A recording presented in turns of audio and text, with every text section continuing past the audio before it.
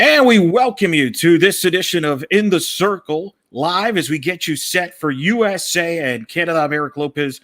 Victor Anderson will join us on the post-game show as we will get you set for USA Canada coming up at the top of the hour. Both teams coming off the win as the U.S. certainly with a 2-0 victory over Italy last night, while Canada with an impressive 4-0 victory over Mexico. They're both 1-0 here. Of course, this is day 2 of the Softball Olympics. You can follow us at In the Circle SB on Twitter. You could also like us on Facebook at In the Circle. And certainly make sure you subscribe to our YouTube page. That's where you're getting these shows. We'll have Chrissy Shoemaker on our podcast on Thursday, new head coach at GW. She will be joining us there as well. Of course, we're going to preview the U.S.-Canada game here as well as some of the other teams in the deal. Japan will play Mexico tonight at 11 o'clock. And, of course, Italy and Australia will play in the morning hours around 2 a.m., I Bleav. Joining me to discuss some Olympic softball. She's back, folks. She joined us during the Women's College World Series coverage. She's a podcast host, Pac-12 analyst, former Stanford Cardinal, Jenna Becerra, back with us here on In the Circle Live. You're like an exclusive. You're our live show go-to. I love it. I would love to be the live show go-to. All right, tell us a little before we begin. Just tell the audience about your podcast and where they can find you. Yeah, so it's called Bleav In Softball, spelled like BLEAV on the Bleav podcast network. So it's available on anywhere you get your podcasts, including YouTube. So follow us on Instagram and Twitter as well. Yeah, no doubt about that. It's a great show. Amanda Scarborough was just a recent guest. Yes, and she was fantastic, as expected. I mean, she's so great. She has a great perspective on all the different parts of softball as well. Obviously an expert in terms of the college space, but definitely has a great perspective on how every area of softball works together. Yeah, I'm fantastic. Recommend. You could actually watch it on YouTube or listen to it on your favorite podcast device. I recommend that. Other great episodes there. You had Mike Condrea on, one of the few people that have had him on one-on-one post-retirement. That was a blast. That's a good one episode as well. It was great. In some ways I think I sort of got lucky in the sense that, hey, I just so happened to reach out. He's already announced his retirement. I was like, yeah, sure, this probably won't happen. And then all of a sudden it was like, actually, he's pretty free all next week. What time works for you? And I was like, are you serious? And so it just happened to line up. And so that was really nice. But yeah, another one, we talk about perspective on softball. I mean, he's one of the foundational pieces to our game. So that was an honor and a privilege, really. Yeah, we'll talk maybe later on about some of the moves, coaching moves involving the Pac-12, as a matter of fact. That's very interesting because that's going to be some storylines in the soft season. We'll get to that later. But I want to obviously talk Olympics. You and I watched, I don't know, did you stay up till 4 a.m. like I did? Well, you're on the West Coast, so you have an advantage over me, don't you? Yes. And honestly, I have to say, I think generally speaking, West Coast time works a little bit better for sports because, for me, I'm like, hey, this is 5 o'clock, 8 o'clock, 11 o'clock. I did stay up late, but 1 o'clock, not the worst schedule I could have imagined. Definitely had worse sleep schedules, especially when I was in college. So it's really not bad for me.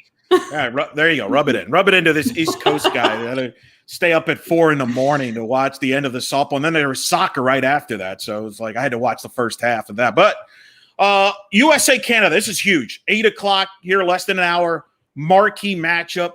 I've said on this podcast, I think this has a chance to be probably one of the 2 most watched Olympic softball games, non-medal round, because of the slot, the time slot.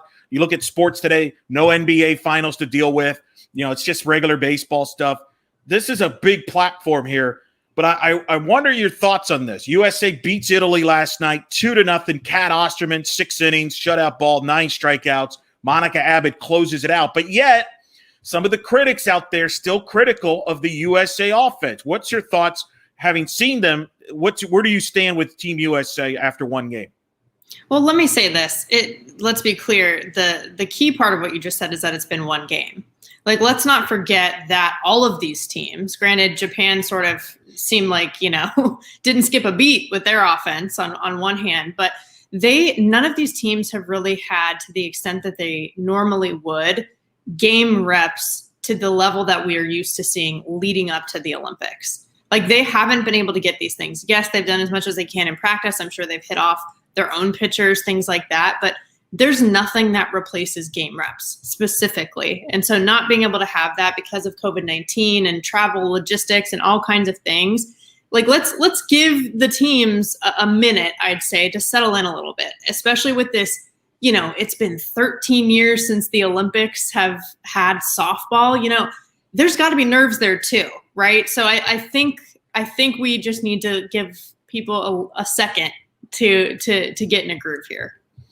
I agree. Plus, you're playing in a unique kind of a baseball stadium, but they kind of set it up for softball. It's a unique looking. I know some people have been chatting up about that, but Beth Mowen's even mentioned on the telecast the reason why softball is being played on a baseball stadium is because softball and baseball are on a joint bid. That They felt this was their best chance to join the Olympics is to share the bid because they kind of haven't been successful doing it separately. So as a result, one of those things is to share the stadium. It is what it is. So I agree with you. How much do you think that's a factor, though? You're playing at a stadium that's basically a baseball stadium. Plus, they're playing in the morning. Like this USA-Canada game, people may not realize Japan's 13 hours apart. You're playing at 9 a.m. That's not usually when you play. Usually you're kind of getting maybe geared up. Maybe the earliest you might play in a game is at 10 a.m. or 11 a.m., and that's usually because of weather. Any of that played a role in that? I'm sure it does. Obviously, there's a time zone issue as well, although I think most teams got to Japan a little bit early and even had some games that they were playing against Japanese teams leading up to the games. But I think all of these things, when combined, become a factor. I mean, at the same time, I think all of these athletes are incredibly elite and have faced adversity before, so they're in a position to be able to overcome it. But yes, back in college, when we had game time, let's say it was at 12 p.m., that meant that we had to be at breakfast 4 hours before that at 8 a.m. before the game to get ready. And then we end up getting to the locker room, being with our teammates, et cetera, and warming up for 2 hours before the game. I always thought we were a little bit extreme with that time frame, but that's how it was. So when you look at a 9 a.m. game, that could be like a 5 a.m. wake-up call. That is not necessarily like when you're going to be at your peak performance. And I do think it's interesting that I think the only night game that we're going to see in the Olympics is that gold medal game. And so I feel like there's going to be this little extra layer of, playing under the lights and like, look at this showdown, who's going to be the best in the world, all that kind of thing when that comes to pass. But in the meantime, it's all during the day. There's definitely heat. I think it's upper 80s, lower 90s that we're looking at, but the humidity is an even bigger factor in terms of, as a pitcher, the ball in your hand, throwing it. But then if you also think about the fact that it's a turf field, like you mentioned the baseball field, it is strange. It's counterintuitive for a country like Japan who, baseball is immensely popular. Softball is immensely popular there. They have immaculate softball stadiums in Japan. Why can't we use some of those? It is what it is. This is the facility that they built. It's a little bit different, I think, to the eye when just last month we're looking at the Women's College World Series and we have the double-decker, in Oklahoma City, and it looks beautiful from the aerial shots that ESPN's showing.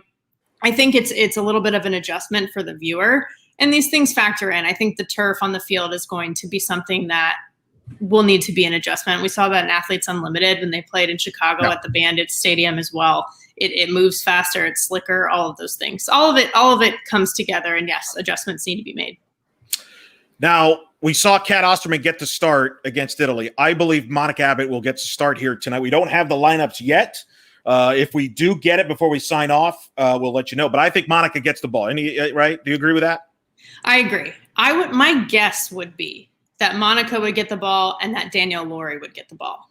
And I was going to ask you that. I wanted to ask you that because Canada really impressed me the way they handled Mexico and Escobedo. They jumped on Escobedo early. Victoria Haywood, their left-handed hitters, they put the ball on the ground in the turf, which Michelle Smith has talked about being a factor here. Playing on that turf, the ball going fast. And Canada jumped on Escobedo early. Rafter had a big game, but they went by committee. Sarah Gronewagen got to start 4 no-hit innings. They gave away to Kyra, who pitched the 5th, and then Laurie came in and closed it out. That's kind of something that Mark Smith has done very consistently at Canada. You think they will give the ball to Lori to start, but not necessarily go the distance, right?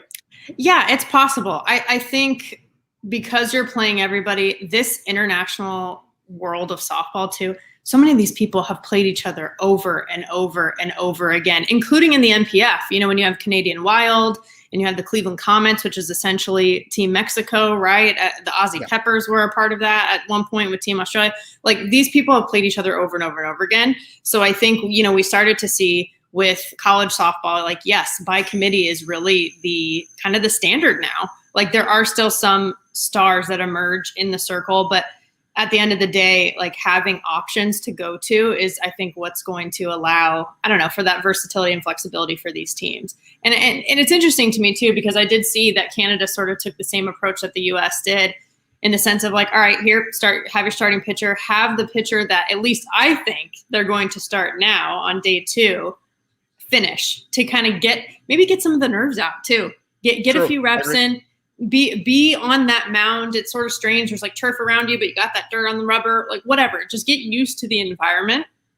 And I think, you know, what a showdown too. Like, how blessed are we that we might be able, we're talking about seeing Monica Abbott and Danielle Lori go against each other in the Olympics. This is a dream.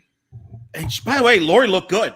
She looked good in the 2 innings, and she's kind of been under the radar, obviously, and rightfully so. A ton of attention on Kat Osterman and her comeback. Danielle Lori's comeback is equally as impressive. She had a longer layoff. You know, she's got kids, obviously, and family, doing the broadcasting thing. And, you know, this has been difficult for her because there was no guarantee. She's been open. She's been on our show. She talked about how things didn't go well in 2008, and things with her and Mark Smith were not a great relationship at that time. And there was kind of a meeting of the minds, if you will. And she didn't know if she had it in her to be back to what she was or close to what she was. And not to mention, you know, obviously they had to qualify. She had to make the team, and she's done it. And she's back here in the Olympics against all odds, if you will. I think she's been a remarkable story in itself that I think it's kind of been underreported in the softball world for whatever reason. I completely agree. I think, yes, of course, you have the Kat Osterman story, including with Athletes Unlimited, right? I think everybody getting a chance to see her perform, and then at 37 years old at the time, be able to still beat everybody and become the champion. You know, there's this huge storyline there. But all the while, Danielle Lori's had this chip on her shoulder since 2008. When I had her on the show as well, I remember her talking about that. And I even asked her, and I mentioned this on my podcast that'll come out this week, you know, hey, yeah, would love to have you back on. Like, when do you think you'd want to come back and join? And she was like, after we win a medal. Like, that's when I'm going to feel good about it. You know, it's like, this has been something that's been on her mind, and I really appreciate how open she is about how hard it is from a physical standpoint, in terms of, yes, she's a mama too. She stopped playing, had to get back into peak performance shape. We're not just talking about playing softball with your friends too for fun, playing slow pitch. We're talking about, like, to be in the best in the world shape, to go up against the best talent that there is globally. And I think that she's shown a lot of what her grind is in terms of workouts. She's even shared, like, how does she build back up that strength to be able to pitch and have that stamina. And I just appreciate that transparency, because I think that's really the realistic Olympic journey that's happening for everybody, especially for somebody. And the folks, there's a handful of just incredible folks who are coming back 13 years later to try to make it happen. But I think you can't sleep on her. You can never sleep on Danielle Lori. But I really think you can't sleep on Team Canada either. They are a talented team. And we all talk about Team USA and Japan for obvious reasons after the results in 2008. And then Australia's medaled consistently throughout the Olympics when there's been the opportunity. But Team Canada has been right there, and they're super competitive. And to your point, I think they had a great start in day 1. I agree. And did you just tease you had Danielle Lori on your show coming up here? Is that what you just did? You know, no. There? No, I had her last year early on. She was one of my early guests, like maybe my 6th guest ever, I want to say. And this was like right after COVID hit, and it was an interesting time to be chatting with her. But she was open about it then, and she has been ever since. Oh, she's the best. I've compared her to Charles Barkley of softball, because she was not shy to share her opinion. We had her on a couple of years ago when she began her comeback, and she was getting ready for the Canada Cup. and talked about that process. And I'm a huge fan. Obviously I'm rooting for her. But there's other great stories on that team. Sarah Gronewagen had a health scare, a near-death experience a few years ago, and now she's back and pitching at the high level that she's in. I think they're a talented team. I agree with you. They've never medaled in the Olympics, which is kind of hard to believe, but they have this tremendous depth. Lonnie Alameda has joined the staff as an assistant. I think this is a heavyweight fight. I think these are two gold medal contenders. I think the winner of this game tonight takes a big step towards that direction. And I think it's a toss-up game. I think it's a low-scoring game. Where do you see what jump as some of the keys you're looking forward to seeing in this matchup? Well, another person who I think had a great start in the Olympics so far who made her Olympic debut is Victoria Hayward. I think she is just such a spark plug for Team Canada, and she is really a true triple threat. I do think about like Natasha Watley when I look at her approach to the game. She can leave the yard, she can drop a bunt down, she can slap very strategically. I think she had a great start. She's also a captain, a longtime captain. She's been on this team forever. When the Olympics were not even an option for a while. And I think like there's a different level of sort of commitment and passion about softball on an international level when you're willing to do all the work that she has done to get to this point before it was ever an option, And so I think there's her. I would say the other veterans too, Jen Salling. I think about the fact that, when I played against her in college, when she was at UW, she was a shortstop, right? She's moved over to first base.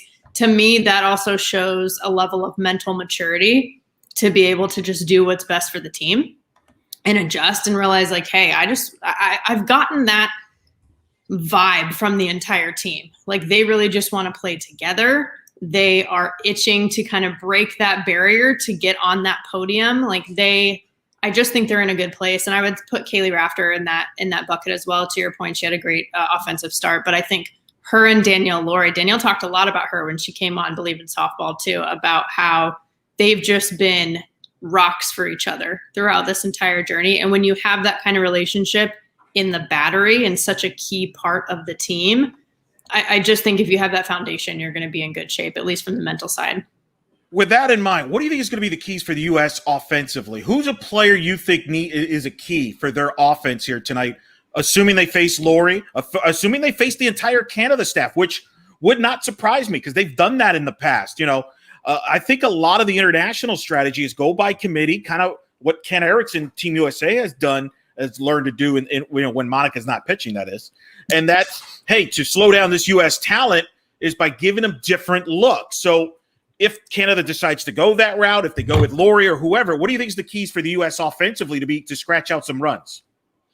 I think Haley McClenny is one of the best we have in the game. And as the tone setter, when she's feeling good and looking good, that's always going to be a good thing for the U.S. I think Janie Reed also, I will say she was safe yesterday, like in day one, she was safe with that bunt. That should have been a base hit for her. I was so disappointed for her because that would have been her first Olympic hit. But anyway, for her to be able to do things like that and make things happen, ultimately, even in that situation, that ended up being a sacrifice and she moved her teammate over, right? But I just think being able to table set for the rest of the lineup is going to be huge. I think if you can get some power going too, like with Amanda Chittister, for example, we haven't seen a ton of extra base hits yet in the Olympics overall. Like, yes, we've seen the home runs from Japan. They obviously had 3 in their game 1. But generally speaking, I feel like we've actually seen a lot of base hits and a lot of moving people over and utilizing speed and things like that. But if Team USA can get that top of the order on base and then that middle of the order can hit them in, this is fundamental softball, right? It always comes back to that. But I just think that if they can get more comfortable, again, I think there was a little bit of nerves going on. But I have to say, I like Michelle Moultrie's sort of quiet leadership there. Like she was so key yesterday in that win against Italy. And I just think she's somebody who can fly under the radar too, just because her presence is a little more quiet. But I think she's also going to be a key for USA. I agree. Moultrie had an RBI hit in the victory against Italy here. We're speaking with Jenna Becerra, getting set for USA-Canada about 40 minutes away. We're going to stay on until about a few minutes before the top of the hour, get you set for that matchup and the other matchups as well we'll talk about. We have a question, MIW, asking, we've heard a lot about stealing pitches in the college game. Is the same thing happening in the Olympic Games? That's an interesting question. How do you respond to that? I mean, you have obviously coaches that are, somewhat familiar with each other from playing each other in international. I don't know if necessarily stealing pitches is the big thing, as more as what you brought up earlier. These teams are familiar with each other. Yeah, I think because when I think of stealing pitches, I think about picking pitches. And the approach that pitchers have taken to has just been able to hide their grip more. And this is at the college level as well as international level. But you'll see that they're sort of hiding their grip, getting their grip, and they really don't pull that hand out of their glove until they're ready to push off the mound and go with their windups. So I don't know if there's – of course, you try to take a look. If you can pick, you do, right? Like, why wouldn't you if you're able to pick up on something in the game? But I really think it has more to do with familiarity and studying these pitchers beforehand, like knowing what Daniel Laurie throws, knowing what Monica Abbott throws. If other teams haven't looked at Kat Osterman's Athletes Unlimited film, they need to now, right? Because just to see, and she talks openly about, for example, Kat only really has 3 main pitches that she goes to. And we talked about this on the show when she came on after Athletes Unlimited last fall. She throws a drop, she throws a curve, she throws a rise. She could mix in an off speed occasionally, but it's not like she's throwing 7 different pitches. She's just tunneling these pitches and using them strategically. So it's knowing the pitchers and doing that research beforehand that I think is going to be most helpful versus, trying to pick and see which pitch is going to be called in every at-bat. Let's talk about some of the other teams here. We saw Japan run rule basically Australia, very impressive. Yukiko Ueno once again getting the start. I'm just curious, what was your thoughts on them? Mexico obviously losing to Canada. That was a big matchup there. A lot of talent. You got Japan going against Mexico following this game at 11 o'clock p.m. Eastern, 8 o'clock your time, West Coast. So you get to you're in good shape. What was your thoughts in Japan and Mexico in particular? And if you want to touch on Australia and Italy, kind of the rest of the field, what jumped out at you from seeing them? Japan was strong. I mean, I still can't get over. I tweeted this too yesterday. Just the poetic part of it. I mean, softball, there's so many moments that are full circle that we're going to experience. We've already experienced with the Olympics. But the fact that Yukiko Ueno threw the very last pitch in the last Olympics that softball was in 2008, and then she throws the first one now, 13 years later in Tokyo when it comes back, it was just very poetic. And I think I could not be more impressed with her. To me, she was such a legend when I was in high school watching the Olympics last time. And, as somebody who grew up in the States, like, you're devastated that Team USA loses, but you're also just incredibly impressed and almost hopeful at the idea of a global softball presence like that. And so I think she's a legend at the end of the day. Impressed with Japan's power as well, because I think if I were to think back to the 2008 Olympics, I think I thought more of Japan as a scrappy, utilizing speed sort of team, but to see them come out with power it's a good sign for them. I mean, that's the strongest start really that we've seen so far in the Olympics for softball this time around. And I think Australia had some defensive miscues. I think there's some nerves there. We haven't seen Gabby playing yet in the circle either. I think she could be a weapon for them to utilize.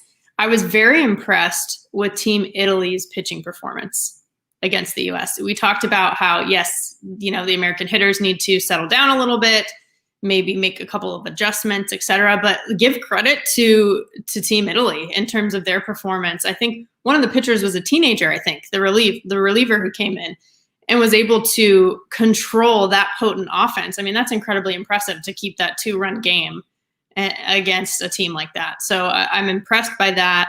I'm also excited about Erica Piancastelli and her story too, just of the fact that, she's number 20.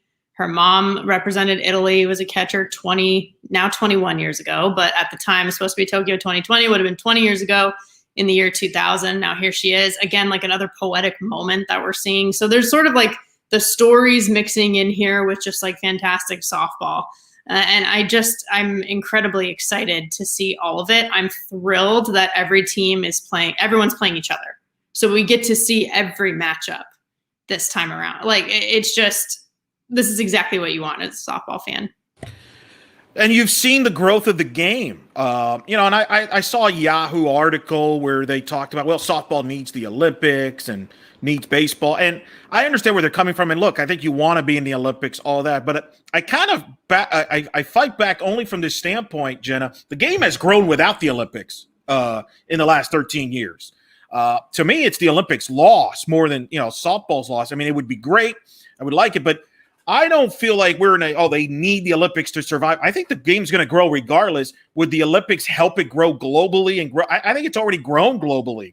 And I think some people are just in denial, in particular in Europe, about that. And I think if this Olympics will show anything is how the depth and the game has grown globally in the last 13 years. It absolutely has grown. It's not something, I think, actually, something that Kat Osterman mentioned when she came on Bleav In Softball was that the softball community is just one of the most resilient communities there is. So I think there was just sort of this like relentless pursuit of growing the game. That's such a common theme from everybody that I talk to, player, coach, someone on the media side, doesn't matter. Everybody at the end of the day wants to grow the game. And I remember Sherry Kemp, former commissioner of the NPF, now one of the senior leaders of Athletes Unlimited, something that she said that resonated with me too is if you don't care about softball on a global scale, then you don't really care about softball.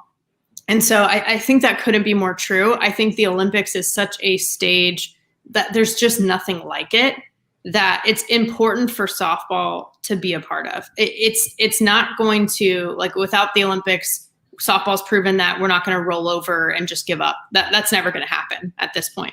However, I think that it is crucial for softball to be included on that stage, particularly not only in terms of as it relates to like college athletes, for example, because I do think, for example, when I was growing up, that seeing elite players on the college level paired with the Olympic team, like that was such a great combination of just like goals that you could see yourself and dreams that you could see yourself accomplishing.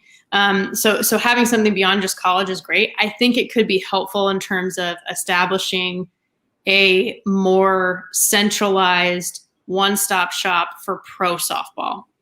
Agreed.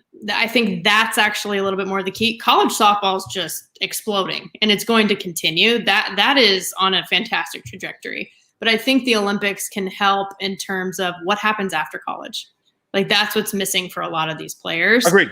And I think that's going to be key. No, I agree. And I think we got some good news about that. I think potentially today, officially they announced Brisbane will be the host of the Olympics in 2032. So if you look at this, softball will not be in the Olympics in 2024. We like to think it's going to be in Los Angeles 2028. And then now Brisbane, that's a softball market.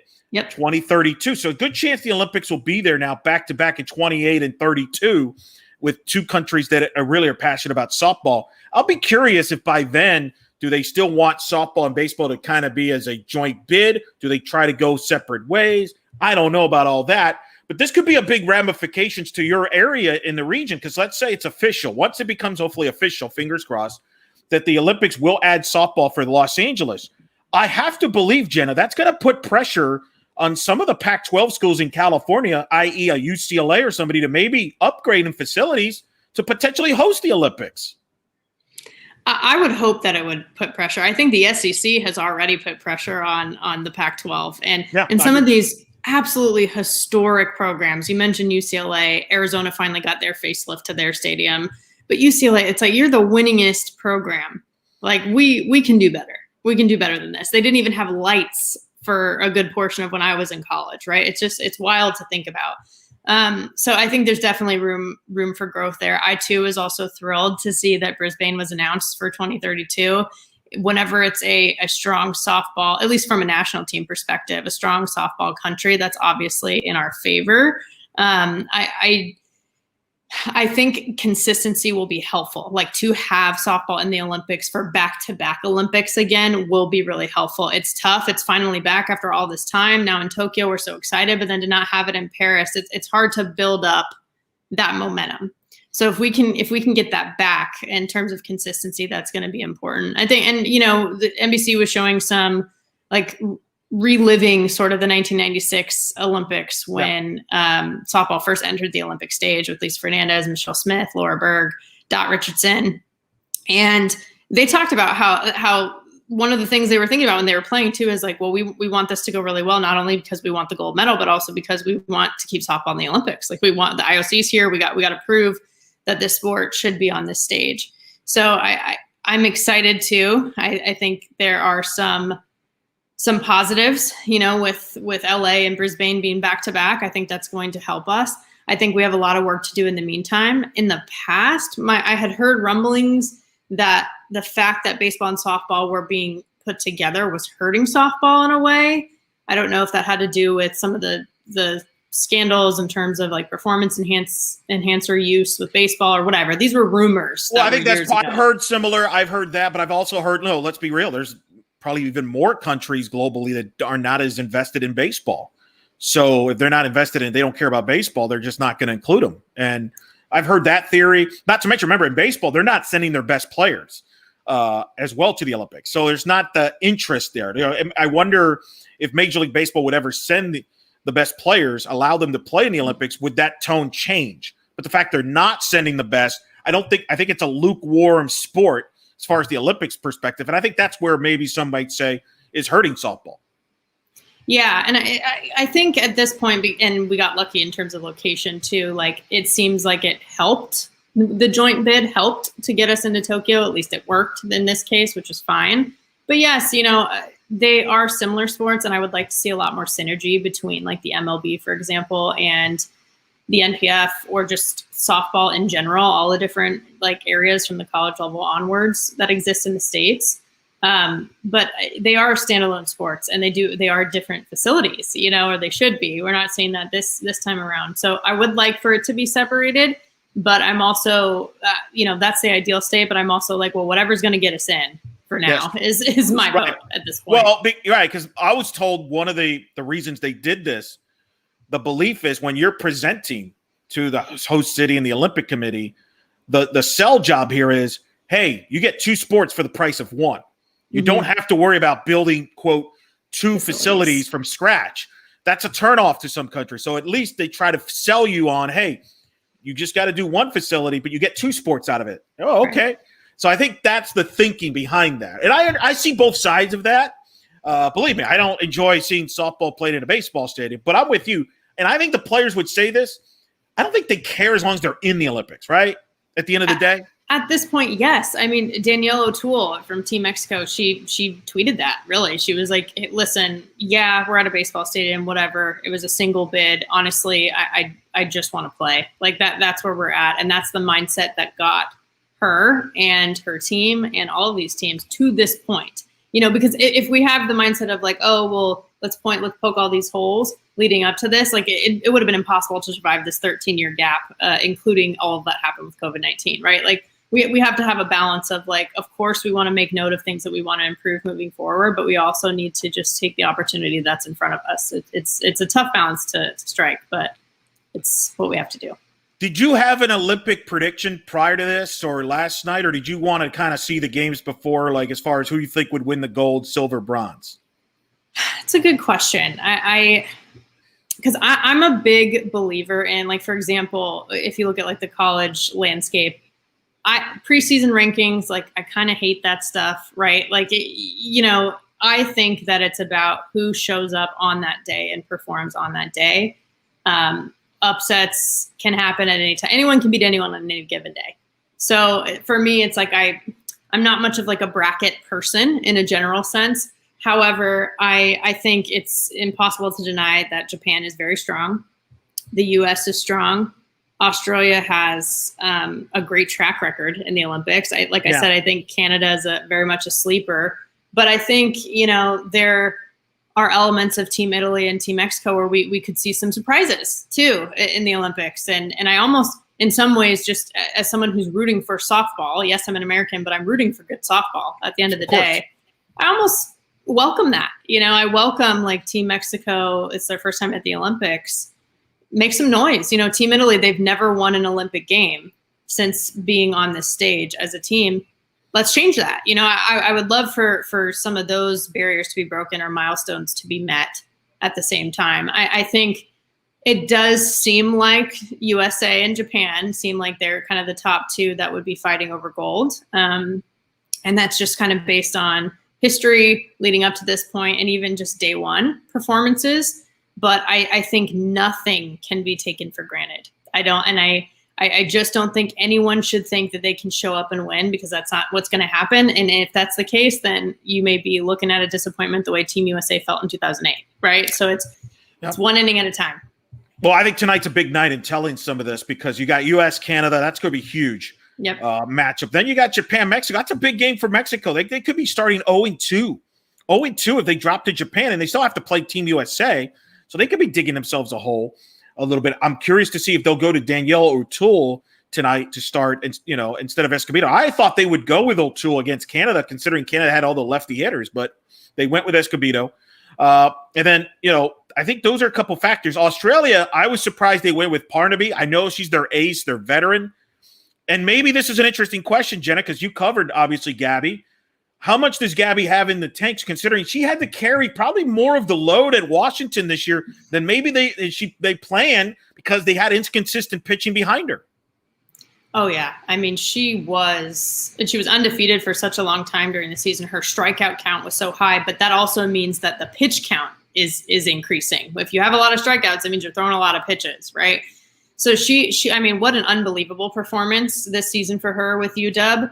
But yes, and I did talk to her about that when she came on the show. Like, do you think about the fact that, in June you're going to be in the NCAA tournament, and then in July already you're going to be at the Olympics? And her mindset at the time, this is probably in the middle of the season, was like, I almost can't really think too much about it, because I just need to tackle what's in front of me. But sometimes it does kind of hit me like, wow, Gabby, all right, I got to get this into gear. Like, this is coming right after that. At that point too, Australia had not finalized their Olympic roster. So I think there might have been this certain element too of Gabby. You want to play well for your team and your teammates at UW, especially that senior class with Sis Bates and company. But also there's a little bit of like, I think the coaching staff's watching. The Australian coaching staff was watching her and what she was going to do during that season. So you want to perform well from that perspective too, because you want to make the roster. And she did that. But yes, I mean, it was a lot. It was definitely a lot. So my guess would be that she spent a lot of time doing active recovery in between then, between the NCAA season and now. But I think she has proven that she can be a workhorse. So I have all faith in her to be able to bring her best stuff in Tokyo. Yeah, of course, they will play Italy and Australia play middle of the night later to cap off today there. So I think we're going to get some answers here. We're joined by Jenna Becerra, obviously, here on In the Circle. Going to take you until a couple minutes before the top of the hour. We're going to sign off earlier than top, because I found out last night they don't mess around in the Olympics. When they say start at the top of the hour, they literally mean start at the top of the hour. I found that out too. I know. They're making me have to get my stuff together. Yeah, like me and Victor had signed off top of the hour. I'm thinking good. I walk into the TV room and it's like 2 pitches in already. I'm like, what just happened here? So we're going to sign off a couple minutes. Me and Vic, and then we'll be back on the post-game show right after U.S. Canada. Victor will join me for that. You're welcome to join me, Jenna, as well, to get your reaction. We'll kind of give your final thoughts on the matchup before we sign off. But I do want to touch on some coaching moves, college, since we last spoken, because there's been pretty active in the Pac-12. Some very interesting storylines. Obviously, Mike Condrea retired. You had him on your show to talk about that. Caitlin Lowe gets promoted. She hires Lauren Lappin, former Cardinal, who, here's my plug, she will be on our guest on Monday's podcast. Love it. Look for that. Really had a good conversation with her. I'll give the behind-the-scenes talk that I actually recorded with her today. So today's my Stanford Cardinal alum day. I've done back-to-back. The best day, obviously. There you go. I couldn't get, so we get a great talk with her, talking about her and Caitlin Lowe, who have known each other for a long time. And that's kind of where I want you to we want to start, because there's other Pac-12 moves. Your thoughts on that move, from Condrea retiring, obviously, but Caitlin Lowe obviously getting the opportunity, and then Lauren Lappin joining her and Taryn. I think it's a fantastic move. And with that move is actually just zooming out a bit, looking at the Pac-12 as a whole. Now every single Pac-12 team has a female head coach. And not only that, but 6 out of 9 of the coaches are alums of the programs that they are now leading. And the reason that that's important is because, these are people that have walked the path that they're asking their players to now walk. And there's just a different level of respect and understanding that's there when that's the case. And just because you were a great player for your alma mater doesn't necessarily mean that translates to you being a good coach. But the fact that Caitlin Lowe had been there at Arizona for so long, so not only does she understand, top to bottom what Arizona softball is all about, what the tradition is, but she knows that from the coaching side of the house as well. And I do think that she's going to make it her own. I loved that. And I think one of her press conferences after the announcement was made that she was like, I promise I'm not going to do my best impression of Coach Candrea. I'm going to be the best version of me for this program. And I think that's a fantastic mindset to have. When I did have Coach Candrea on Bleav In Softball, he was very optimistic about her leading the team moving forward. And I think there's such a great dynamic between these three, meaning Caitlin Lowe, Lauren Lappin, of course, but then Taryn Mowatt as well. First of all, Caitlin Lowe and Taryn Mowatt, they were teammates, right, during the Arizona days, and they knew how to win together. Like they are winners, and they know how to do it together. I think that's key. But then you take a look at, yes, Lauren Lappin, who I love, by the way. She came on my show as well because I have to, like with all these Stanford alums. And she's fantastic. Like she's one of my favorites. I loved her versatility as a player. And I think she is just a fierce advocate for softball. She's amazing.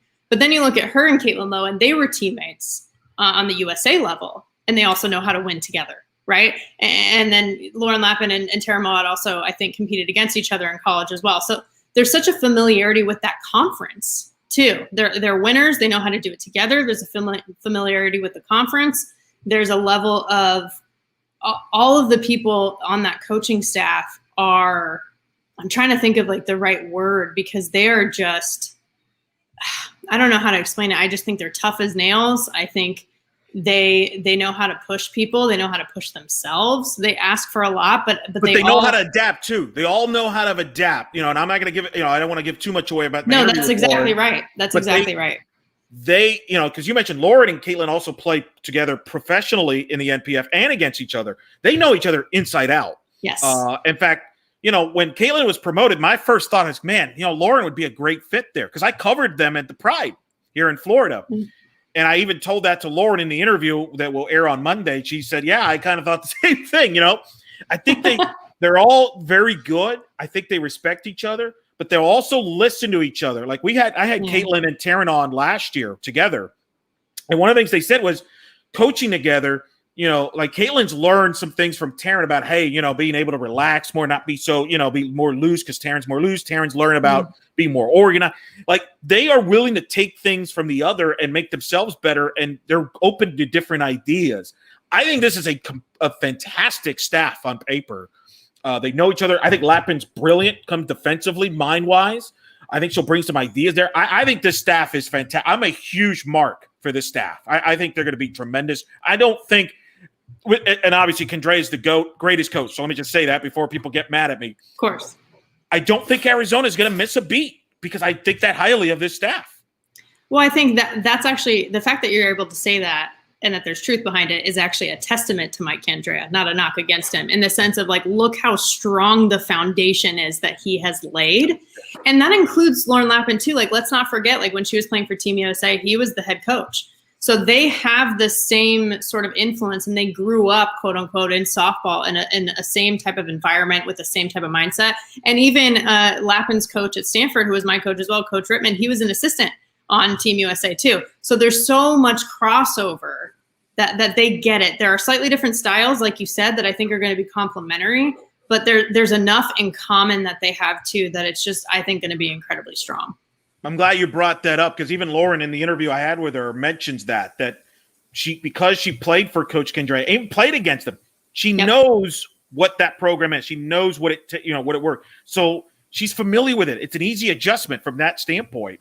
I think it's a brilliant hire for Caitlin. I think it's a great move for all parties. I think I'm excited for that staff and the potential they can do, because I think Taryn, since she's arrived there, has really made a difference with that pitching staff. They have improved immensely, been more consistent under her watch. And so I'm excited what obviously they're going to do over there at Arizona in the moves. Other moves in the Pac-12 of note.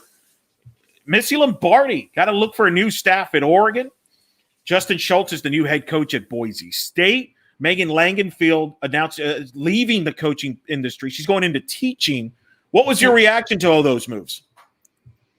Well, you talk about what I just mentioned, which is, hey, when you have a coach who's walked this path and had success in the path, it's hard not to respect them. Well, look at Megan Langenfeld from that perspective, in the sense of, back in 2010, and I played against her at this point. This was my sophomore year of college. I'm not the type that usually kind of leaps this far, but to be honest with you, it's almost like she single-handedly won the national championship for UCLA that year with the amount of home runs she hit, as well as her performance in the circle. But when you have that kind of asset on your coaching staff, that's hard to replace, right? That's difficult. And when you have a staff that has been able to help Oregon be successful after the departure of Mike White, after that kind of shakeup, but hey, they're still able to have a successful season. Of course, like the drama in postseason with Oregon playing Texas and all that stuff, and should they have ever played each other in the first place? There's all of that in the narrative that you could throw in there, but it's tough. I think, we also, Coach D'Amico from Washington also is leaving, right? And he's been there forever with Coach Tar. And she actually tweeted something that resonated with me too, is like, she's actually reminding herself right now, like, coaches, as head coaches, you don't need to rush in terms of the hiring process. Like, you take a breath, make sure that it's the right fit. And she said it was something that she was reminding herself every day too. So these things are definitely difficult, but it's hard to fill shoes like that. But at the same time, they've established something at their programs that they'll know when the right fit is in front of them. The same way that Caitlin Lowe knew when Lauren Lappin was right there, ready to go to join that staff. Like, it's tough and it's a shakeup, but I think there's still positive things ahead. I'm glad you brought up the D'Amico storyline going to Georgia, obviously, because to me that is the biggest storyline post Olympics here. Coach Tar is in the Olympics right now. She's busy. Yeah, a little busy. So it's fascinating to see what direction she goes with that staff. Does she go with somebody within the family, quote, Husky family? Does she go outside the Husky family? Does she go for something? I'm really fascinated by that, because that's a premier job. That's a premier job there. Sis Bates, I guess, it will be on the staff, probably as a grad coach. Would not, makes a ton of sense. One of the greatest, if not greatest, defensive players in the program history. Could be it help some of the defense that they're going to lose. And D'Amico is a great defensive coach, exactly, as well. So I would think Bates will have some role in that. But I am fascinated to see what direction Heather goes in that direction. I think it's the biggest storyline of the offseason moving forward post Olympics, which is kind of crazy to say that we have big storylines still in the offseason in August, but we do. And and a lot happens. That's something that I've mentioned a little bit on Bleav In Softball too, is like the first half of the year, the calendar year, is obviously there's so much happening with the college softball season, but there's a lot that goes on in the second half of the year. Obviously, Olympic year, times that by 10, but in general, there's a lot going on in terms of moves, like you're mentioning, in terms of staff within the college softball world. You have things like the Florida Gulf Coast League that are happening with college players that are engaging in it. There's a lot going on from a recruiting perspective in terms of players that are committing to different schools. Now with name, image, likeness happening too as of July 1, that's a huge change to what's going on. There's still, independent pro teams like USSSA Pride that are playing, Alliance Fast Pitch. Like there's a lot that's going on still in the second half of the year. So yes, there are storylines for softball year round. I agree. And then the transfer portals obviously it's still been a big part of the storylines as well, with some of the names moving pieces. And even today, as we talk, Taylor Ellsworth, the former Texas catcher, now at Arkansas. Arkansas's had a big offseason over there, Courtney Deifel and company. So it's just kind of wild. Sam Marter, forgot to mention, she's now the hitting coach at Oregon. Her brother is the hitting coach on the baseball team. So that it's just so fascinating, just kind of all the different network there. I want to bring up one more thing before we kind of wrap it up here with the Olympic talk, but you had Amanda Scarborough on, which was a great interview on your last episode. One of the things you talked about was NIL and the impact on softball. I think it's a big positive. I felt like you two kind of agree. Is that fair to say? I mean, because everybody was like, oh, no, what could this mean for college? I think softball are as marketable as it gets, whereas football players, there's more players. So it's a little harder to kind of differentiate. Not to mention they're quickly willing to bolt for the NFL. The college game, as of now, as we've talked about it here near the last hour, that's exploding from a popular standpoint. Like, if you're a softball player in a specific school, Gabby playing in Washington, a Montana Fouts at Alabama, you're going to get marketed pretty well. I think you're going to do well, right? We agree with that? Yeah, I think I mentioned this too in that interview. You know, part of me is like, selfishly, like, I wish this kind of happened 6 months ago. So the likes of Odyssey Alexander, right, Haley Cruz, like some of these players who were just stars, but also have a huge social following on social media, like could benefit from this. But I think overall, yes, it's a positive thing. I am optimistic that it will be a positive thing for women's sports across the board, because actually female athletes do have a large social following compared to a lot of male counterparts. So I think this could be a big opportunity and potentially a lever that we can pull in terms of equity between men's and women's sports. In addition to that, I think it's going to help in the explosion even further with college softball.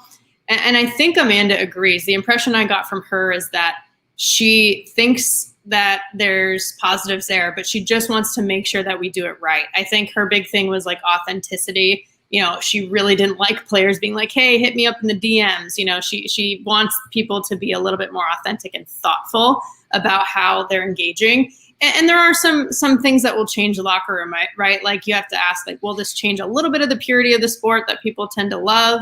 Will this change the dynamic between teammates? If some people are signed to certain things, other people aren't. Like, there's lots to consider, especially not only will they have school and softball, they'll also have their brand to manage. So it's more on their plates. There are just definitely things that we can't ignore, but I do think it's going to be a net positive. Yeah, I would agree with that. Jenna Becerra joining us here. All right, let's talk about your podcast one more time. Tell about your podcast. You've got an episode coming out. You just you got me intrigued now already, because I listened to Scarborough. I actually watch. I go to your YouTube page to watch, but obviously you can listen anywhere on your favorite podcast devices as well if you're driving or as you're watching games as well. So tell the audience about. That's exactly right. So it's Bleav In Softball. That's BLEAV, associated with the Bleav Podcast Network. We're on Twitter and Instagram at Bleav In Softball. And like Eric said, you can follow us on anywhere you get your podcast normally, or on YouTube as well. And maybe I'll just have some breaking news here that the next guest that we're having is Natasha Watley. We'll have her back on the show. So talking all things Olympics, of course, got to. So she'll look out for that later this week. That's a good get. That's a real good get. I like that. That's really good. I'm looking forward to hearing what Natasha has to say. She's had a pretty good year too. She was broadcasting on the regionals for ESPN, so I'm sure you guys may have touched on that. Not to mention obviously Olympic softball on that. All right, can't let you go without predictions. Give me a prediction. I think that USA comes out on top with Canada, but I think it's going to be a hell of a game. I don't think it's going to be easy. That's my guess for game one. I think Japan comes out on top. They seem to be in a really good place. And I'm trying to think, what's the late game tonight? Italy and Australia. That's right. I think Australia can bounce back. Yeah. But that's going to be my guess. But I also don't know if that's going to be super easy either. Like I said, I was really impressed with their pitching performance against USA in day one. So, but if I had to choose, those are the three. I think the US, Japan, and Australia. I guess not a surprise considering that's those were our medalists in the last go around. I gotta believe that Gabby will get the ball for Australia. I think so. In that matchup that you're talking about. I think that's why I kind of lean towards Australia, as I keep once again searching for that lineup. I know it's out there somewhere. Come on, guys, give us the lineup. I was hoping for to get the no. Let's see. Did Team Canada announce it yet? No. I do think the winner of this U.S.-Canada game takes a big step into being in the gold medal game. Remember, the top two teams record-wise in this deal will play for the gold. 3 and 4 are going to play for the bronze. Yep. So this in tiebreakers, head-to-head is the first tiebreaker. So monster game, Abbott versus Canada's pitchers. I think it could be tremendous. I think it's going to be a classic. Could go longer than 7 innings. That's possible. It's very possible. We haven't seen that yet, right? We did see a shortened game with the run roll with Japan and Australia, but I don't think I'm really excited about this U.S.-Canada matchup. I think it's going to be one of the most exciting of the Olympics for sure. And I think it could be one of the most watched games if you look at the schedule, non-Olympics, because tonight's a great night, not a lot on TV. I think it could draw well. I think this game and the U.S.-Japan game, if there's a lot on the line on Sunday night, could draw big numbers as well. I think that game's on USA Network, which also will help because there's more homes that have USA Network than NBC Sports Network as well. And you're right. This is so big that I will be back here. You're welcome to join me and Victor, by the way, in the post game, assuming the game doesn't go like 6 hours. Post game reaction. USA Canada will react to the result of the game, what we saw, and what we think moving forward. That will be right after the USA-Canada game. Bring it back here on In the Circle. Make sure that's why you need to subscribe to our YouTube page. Our podcast will still come out Thursday morning. Chrissy Shoemaker, the new George Washington head coach, will be our guest for that episode, as well as our reaction to the USA-Canada game.